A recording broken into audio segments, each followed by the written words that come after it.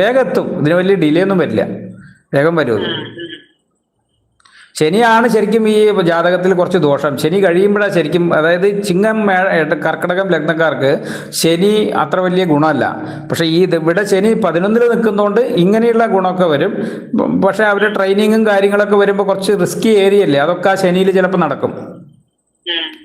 ഇപ്പം ഇങ്ങനെയുള്ള ട്രെയിനിങ്ങും കാര്യങ്ങളൊക്കെ പറയുമ്പോൾ കുറച്ച് യൂണിഫോം കിട്ടണ കുറച്ച് ട്രെയിനിങ്ങും കാര്യങ്ങളൊക്കെ ഉണ്ട്. അത് കുറച്ചൊരു ശാരീരിക അധ്വാനം കൂടിയ ജോലിയാണ്. അപ്പോൾ ആ ശാരീരിക അധ്വാനം മൊത്തം ശനിയുടെ അപഹാരത്തിൽ നടക്കും.